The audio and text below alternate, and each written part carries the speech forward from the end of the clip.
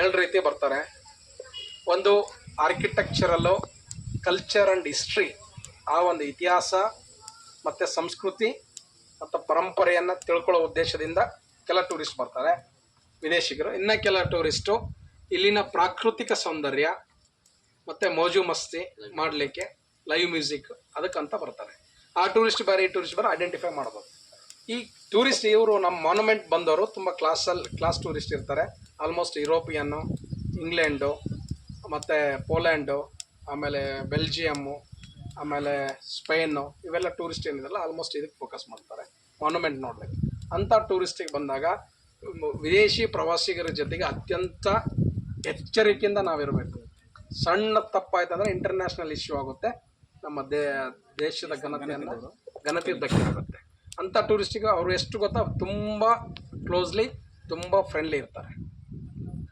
Shake hand ಮಾಡಿದ್ರೆ shake hand ಮಾಡ್ತಾರೆ, hug ಮಾಡಿದ್ರು ಹಗ್ ಮಾಡ್ತಾರೆ. ಬಟ್ ಅದನ್ನು ನಾವು ಯಾವುದೇ ಕಾರಣಕ್ಕೂ ಮಿಸ್ಯೂಸ್ ಮಾಡೋಂಗಿಲ್ಲ. ಸ್ವಲ್ಪ ಸಣ್ಣ ಫಾಲ್ಟ್ ಆಯ್ತಂದರೆ ಇಡೀ ನಮ್ಮ ಲೈಫ್ ಕರಿಯರ್ ಬರ್ನ್ ಆಗ್ಬಿಡುತ್ತೆ ಗೈಡ್ದು ಮಾತ್ರ.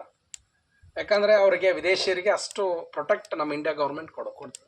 ಹಾಗಾಗಿ ಅವರು ತುಂಬ ಫ್ರೆಂಡ್ಲಿ, ಸಂಕೋಚಿತ ಭೇದ ಭಾವಿಲ್ಲ, ಹೆಣ್ಣು ಗಂಡನ ಭೇದ ಭಾವಿಲ್ಲ. ಯಾಕಂದರೆ ಅವ್ರ ಕಲ್ಚರು ಅಂಥದ್ದೇ. ಹಾಗಾಗಿ ಅಂಥ ಸಂದರ್ಭ ಬಂದಾಗ ನಮ್ಮ ಆಚಾರ ವಿಚಾರ ಸಂಸ್ಕೃತಿ ಪರಂಪರೆಯನ್ನು ಗಮನದಲ್ಲಿಟ್ಕೊಂಡು ಅವ್ರ ಜೊತೆಗೆ ಬಿಹೇವಿಯರ್ ಮಾಡಬೇಕಾಗುತ್ತೆ. ಲಾಸ್ಟ್ ಟೈಮ್ 2-3 ಇನ್ಸಿಡೆಂಟ್ ಆದವು ಹಂಪಿಯಲ್ಲಿ. ಅವಾಗ ಹೇಳಿದ್ರಿ ನೀವು ಖಾಸಗಿ ಗೈಡ್ಗಳು ಮಾಡ್ಬೋದಾ ಅಂತ ಖಾಸಗಿ ಗೈಡ್ ಮಾಡಿದಂಥ ಒಂದು ಮೆಲೈಸೇಷನ್ ಒಂದು ಇನ್ಸಿಡೆಂಟ್ ಆಗುತ್ತೆ. ಜಿಲ್ಲಾಡಳಿತ ಸೀರಿಯಸ್ ಆಗಿ ಗಂಭೀರ ತಗೊಳುತ್ತೆ, ಅವ್ರ ಮೇಲೆ FIR ಆಗುತ್ತೆ. ಖಾಸಗಿ ಗೈಡ್ಗಳಿಗೆ ಯಾವುದೇ ಕಾರಣಕ್ಕೂ ಮಾನ್ಯುಮೆಂಟಲ್ಲಿ ಪ್ರವೇಶ ಮಾಡಲ್ಲ, ಸ್ಟ್ರಿಕ್ಟ್ಲಿ ಸ್ಟಾಪ್ ಮಾಡಿದ್ದಾರೆ. ಓನ್ಲಿ ಅಥರೈಸ್ಡ್ ಕಾರ್ಡ್ ಯಾರ್ದಿದೆ ಅವರು ಮಾತ್ರ ಗೈಡ್ ಮಾಡ್ಬೇಕು, ಅವ್ರು ಬಿಟ್ಟರೆ ಯಾರೂ ಮಾಡೋಂಗಿಲ್ಲ. ಈ ರೀತಿ ಇರುತ್ತೆ. ಅಂಥದ್ರ ಜೊತೆಗೆ ಜಾಗೃತಿ ಆ ಟೈಮಲ್ಲಿ ಇರ್ಬೇಕಂತಂದರೆ, ಎಲ್ಲೋ ಒಂದು ಫಾಲ್ಸ್ ಇರುತ್ತೆ, ನಾವು ಅವ್ರದ್ದು ಲೀಸ್ಟಲ್ಲಿ ಇರಲ್ಲ, ನಾವು ಅದನ್ನ ಅಪ್ರೋಚ್ ಮಾಡ್ತೀವಿ, ಈ ಥರ ಇದೆ ಬನ್ನಿ ಕರ್ಕೊಂಡು ಹೋಗೋಣ ಅಂತ. ಅವಾಗ ಸಂಪೂರ್ಣ ಜವಾಬ್ದಾರಿ ನಿಮ್ಮ ಮೇಲೆ ಇರುತ್ತೆ. ಮಾನ್ಯುಮೆಂಟಲ್ಲಿ ಇನ್ಸಿಡೆಂಟ್ ಆದರೆ ಯಾರಾದರೂ ಸಾಕ್ಷಿ ಹೇಳ್ತಾರೆ. ಬಟ್ ಪ್ರಾಕೃತಿಕ ಸ್ಥಳಗಳಲ್ಲಿ ಇನ್ಸಿಡೆಂಟ್ ಆದರೆ ಯು ಆರ್ ದಿ ರೆಸ್ಪಾನ್ಸಿಬಿಲಿಟಿ. ಅಂಥ ಟೈಮಲ್ಲಿ ಅವಾಯ್ಡ್ ಮಾಡ್ಬೇಕು ನಾವು. ಹೋಗಿ ಸ್ಲಿಪ್ ಆದ ಬಿದ್ದ, ಕಾಲು ಕೈ ಮುರಿತು, ಮತ್ತು ಅದಕ್ಕೆ ಎಕ್ಸ್ಪ್ಲನೇಷನ್ ಕೇಳ್ತಾನೆ, ಅದಕ್ಕೆ ನೀವು ರಿಪೋರ್ಟ್ ಕೊಡಬೇಕು.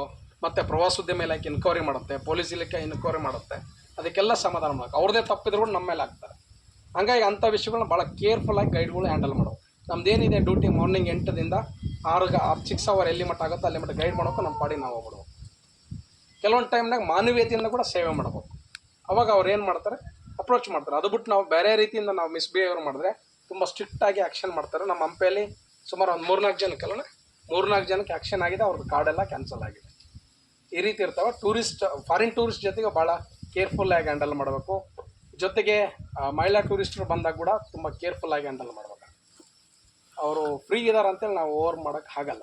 ಈ ರೀತಿ ನಮಗೆ ಬಾಂಡಿಂಗ್ ಬಂದ್ಬಿಡುತ್ತೆ. ಒಂದು ಫ್ರೇಮ್ ಇದೆ, ಆ ಫ್ರೇಮ್ ಬಿಟ್ಟು ನಾವು ಹೊರಂಗಿಲ್ಲ. ಗೈಡ್ ಅಂತಂದರೆ ಒಂದು ಡಿಪಾರ್ಟ್ಮೆಂಟ್ ಅಂಡರ್ಟೇಕಿಂಗ್ ಆಗುತ್ತೆ. ಅದಕ್ಕೋಸ್ಕರ ನಮಗೆ ಫಸ್ಟಿಗೆ ಕರ್ನಾಟಕ ಸರ್ಕಾರ ಅಂತ ಮೆನ್ಷನ್ ಮಾಡಿರ್ತಾನೆ, ಪ್ರವಾಸೋದ್ಯಮ ಇಲಾಖೆ. ಕರ್ನಾಟಕ ಸರ್ಕಾರ ಪ್ರವಾಸೋದ್ಯಮ ಇಲಾಖೆಯ ನೀತಿ ನಿಯಮ ನಿಬಂಧನೆಗಳ ಒಳಪಟ್ಟು ನಾವು ಗೈಡ್ ಮಾಡ್ತಿರ್ತೀವಿ. ಒಂದೇನಪ್ಪ ಅಂದರೆ ನಮಗೆ ಸ್ಯಾಲ್ರಿ ಇರಲ್ಲ ಅಷ್ಟೇ, ನಾವೇನು ದುಡಿತೀವಿ ಅದೇ ದುಡ್ಡು ನಮಗೆ. ಈ ರೀತಿ ಇದೆ. ಮೇ ಬಿ ನೀವು SC/ST ಸಪ್ರೇಟ್ ಆಲ್ಮೋಸ್ಟ್ 580 ಗೈಡಲ್ಲಿ ಎಲ್ಲ SC/ST ಜನರಲ್ ಎಲ್ಲ ಕಮ್ಯುನಿಟಿ ಇದ್ದೀವಿ. ಇವತ್ತವರೆಗೆ ನಾವು ಯಾವುದೇ ರೀತಿ ಭೇದ ಭಾವ ಮಾಡಿಲ್ಲ. ಒಂದೇ ಸಂಘ ಇರೋದು, ಯಾವ ಸಪ್ರೇಟ್ ನಾವು ಸಂಘಗಳು ಮಾಡ್ಕೊಂಡಿಲ್ಲ. ಹಾಗಾಗಿ ಅತಿ ಕಿರಿಯ ಅಂದರೆ ಸಣ್ಣ ವಯಸ್ಸಿನಂದು ಇಡೀ ಸ್ಟೇಟ್ ಬಾಡಿ ಫಾರ್ಮೇಷನಲ್ಲಿ 33 ವರ್ಷ. ಉಳುಕಿದೆಲ್ಲ ಸೀನಿಯರ್ ಗೈಡ್. ಸಾರ್ ಅವಲೇ ಹೇಳಿದರು, ತುಂಬ ನಿಮ್ಕಿನ ಹಿರಿಯ ಸೀನಿಯರ್ ಬಂದಿದ್ರು. ಯಾಕಂದ್ರೆ 45 ವರ್ಷ ಗೈಡಲ್ಲಿ ಸೇವೆ ಮಾಡಿದವರು ನಮ್ಮ ಹಂಪಿಯಲ್ಲಿದ್ದಾರೆ. ಗೈಡಿನ ನಂಬ್ಕೊಂಡು ಲೈಫ್ ಕಟ್ಕೊಂಡವ್ರು ಇದ್ದಾರೆ. ಬಟ್ ಗೈಡಲ್ಲಿ ಬೇರೆ ಚಟಗಳು ಇರಬಾರ್ದು, ಓನ್ಲಿ ದುಡಿಮೆ ಅಷ್ಟೇ ಇದ್ದರೆ ನಿಮ್ಮನ್ನು ಒಳ್ಳೆ ನಿಮ್ಮ ಪ್ರೊಫೆಷನಲ್ ತೊಗೊಂಡಿರೋದು ಕೂಡ. ಗೌರ್ಮೆಂಟ್ ಎಂಪ್ಲಾಯ್ ಕೂಡ ದುಡ್ಡಿಲ್ಲ ಸರ್, ಸಂಬಳ ಮಂಜುನಾಥ್ ಸರ್, ಅಷ್ಟು ದುಡ್ಡು ಅರ್ನಿಂಗ್ ಇಲ್ಲಿ ನಮ್ಮಲ್ಲಿದೆ. ಗೌರ್ಮೆಂಟ್ ಎಂಪ್ಲಾಯಿಗೆ ಟ್ಯಾಕ್ಸ್ ಕಟ್ಟಬೇಕು, GST ಕಟ್ಟಬೇಕು. ಬಟ್ ನಮ್ಮ ಗೈಡ್ ನಿಮ್ಗೆ ಮಾಹಿತಿ ಇರಲಿ, ನಮ್ಮ ರಾಜ್ಯಾಧ್ಯಕ್ಷರು ಮೈಸೂರಲ್ಲಿದ್ದಾರೆ ಅಶೋಕ್ ಅಂತ ಸರ್, ಅವ್ರ ರೆವೆನ್ಯೂ 1.5 ಕೋಟಿ ಒಂದು ವರ್ಷಕ್ಕೆ. 20 ಲಕ್ಷ ಟ್ಯಾಕ್ಸ್ ಕಟ್ತಾರೆ ಗೌರ್ಮೆಂಟಿಗೆ ಅವರು. ಸುಮ್ಮನೆ ಇದ್ರೆ ಬ್ಯಾಂಕ್ದು ಇಂಟ್ರೆಸ್ಟ್ ಬರೋದು 50,000 ತಿಂಗಳಿಗೆ. ಅವ್ರ ಹೆಂಡ್ತಿಗೆ 50,000, ಇವ್ರಿಗೂ 50,000. ಬೇಕಾದ್ರೆ ಸರ್ ಅನುಮತಿ ಕೊಟ್ಟರೆ ಅವ್ರನ್ನ ಕರೆಸ್ತೀವಿ ನಿಮಗೂ ಕ್ಲಾಸ್ ಕೊಡೋಕ್ಕೆ. ಹಂಗೆಲ್ಲ ಯೂಸ್ ಮಾಡ್ಕೊಂಡಿದ್ದಾರೆ. ಮೈಸೂರಲ್ಲಿ ಆಲ್ಮೋಸ್ಟ್ 56 ಗೈಡ್ ಇದ್ದಾರೆ. ಆಲ್ಮೋಸ್ಟ್ ಎಲ್ಲರ ಹತ್ರ ಕಾರ್ ಇದೆ, ಎಲ್ಲರ ಬ್ಯಾಂಕ್ ಬ್ಯಾಲೆನ್ಸ್ ಕೋಟಿ ಮೇಲೆ ಇದೆ. ಬಟ್ ಇಲ್ಲಿ ನಮಗೆ ಟೂರಿಸ್ಟ್ ಕಡಿಮೆ, ಬಟ್ ಆ ಕೋಟಿಗಟ್ಟಲೆ ಇಲ್ಲ, ಲಕ್ಷಗಟ್ಟಲೆ ಇದೆ ಅಷ್ಟೇ. ನಿಮ್ಮ ಕೈಯಾಗಿದೆ, ನೀವು ಹೆಂಗೆ ಗೈಡ್ ಪ್ರೊಫೆಷನಲ್ನ ಇಷ್ಟಪಟ್ಟು ಆಯ್ಕೆ ಮಾಡ್ಕೊತಾರೆ ಒಳ್ಳೆ ಸ್ಥಾನದಲ್ಲಿ ಹೋಗ್ತೀವಿ. ಬಟ್ ನಾವು ಇದೇನಪ್ಪ ಗೈಡು ಇದರ ದುಡಿಮಿಲ್ಲ ಹಂಗಂದರೆ ಕಷ್ಟ ಆಗುತ್ತೆ. ಈಗ ನಂದೇ ತಗೊಳ್ಳಿ, ಅತಿ ಸಣ್ಣ ವಯಸ್ಸಿಗೆ 2ನೇ ಬಾರಿ ರಾಜ್ಯ ಪ್ರಧಾನ ಕಾರ್ಯದರ್ಶಿ ಆಗಿದ್ದೀನಿ. ಮತ್ತು ಮೈಸೂರು ಭಾಗದಲ್ಲಿ, ಹಾಸನ ಭಾಗದಲ್ಲಿ ಹಿರಿಯ ಗೈಡ್ಗಳಿದ್ದಾರೆ, ಎಕನಾಮಿಕಲ್ ಕಂಡೀಷನ್ ಇದ್ದಾರೆ, ಅವ್ರಿಗೂ 12 ಮಂತ್ಸ್ ಗೈಡು. ಬಟ್ ನಮ್ಮಲ್ಲಿ ಇಲ್ಲಿ 6 ಮಂತ್ ಆದರೂ ನಮ್ಮ ಲೀಡರ್ಶಿಪ್ ಗುಣ ಇರಬೇಕು, ಅಷ್ಟೇ ಸ್ಕಿಲ್ ಇರಬೇಕು.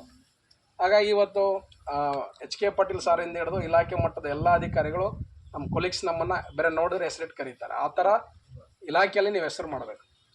ಪ್ರವಾಸೋದ್ಯಮ ಇಲಾಖೆ, ಮಾತೃ ಇಲಾಖೆ, ಅನ್ನ ಕೊಡುವಂಥ ಇಲಾಖೆಗೆ ಗೌರವದಿಂದ ಕಂಡ್ರೆ ಎಲ್ಲದೂ ನಿಮ್ಗೆ ಒಳ್ಳೇದಾಗುತ್ತೆ. ಓಕೆ, ಎನಿ ಡೌಟ್ಸ್ ಅಣ್ಣ? ಹೇಳ್ಬಿಡು ಸರ್. ಎಸ್